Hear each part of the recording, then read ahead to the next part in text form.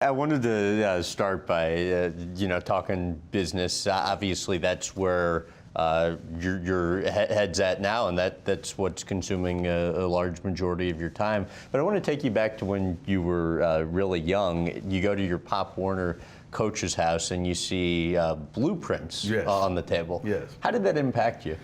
I think it has impacted me in a way that that has opened my mind truly. And this is what he did for me. I mean, he opened my mind to truly what life could be like without football. And so I started thinking about, okay, in my mind, I already said to myself, football is going to end at some point. All I wanted to go on and do the things that I've been able to do thus far through my sport. And I wanted to transition that into something bigger, not knowing what bigger was until I met Staubach, not knowing what bigger was until I met Irvin Johnson, not knowing what bigger was till I met other former athletes who had transitioned into Michael Jordan and others who has transitioned over into the world of entrepreneurship as well as free enterprise.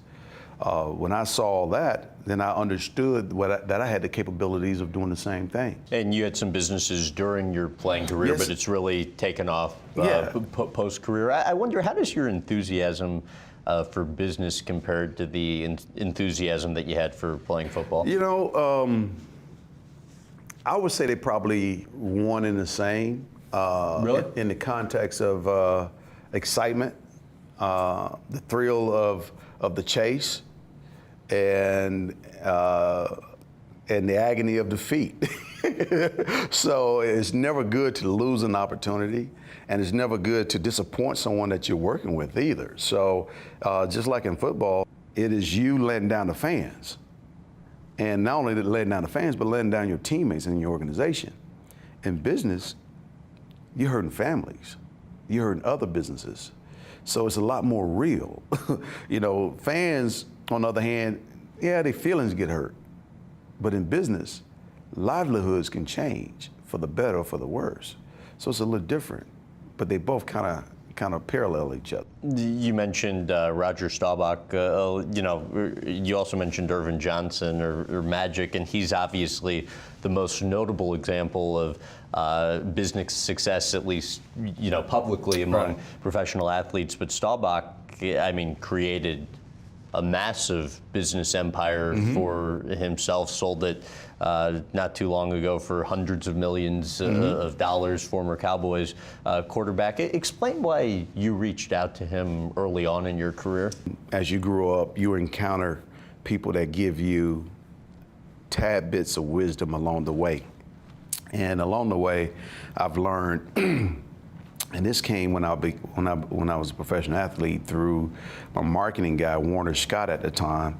He said, always surround yourself with people who are smarter than you, but most importantly, you better learn from them along the way. And so learning from others along the way and having a connection with Roger Staubach and having a connection with the Irvin Johnson, but most importantly, having a guy that I was working for like a Jerry Jones, who was able to allow me to sit down in his office and listen to some of his business conversations was paramount for me. And having this opportunity to have a dialogue with Roger and understand what he did actually just said to me, yes, I can do it. The question becomes not how you go about, well, it's a how and a when. How you go about doing it and when you do it. Investing in yourself after football is more critical than investing in others while you're playing football. I believe you both interned and actually did work for Roger. What did you learn from him? Well, I learned that some people talk about culture. Some people live culture. Roger Staubach is a person that lives culture. How so? His organization personifies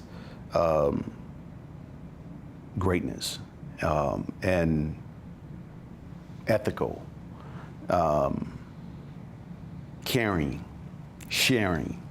That's just the way everybody operated within that organization. Now, granted, there are some that probably didn't do everything that the Roger Staubach way, because everybody wants to put their thumbprints on certain things, and they may have the right to do that. But he was doing it right at the top, and you saw it trickle down. At the top, he got it right, and it trickled his way down. And that's why he was so respected in the marketplace, and did such a great job.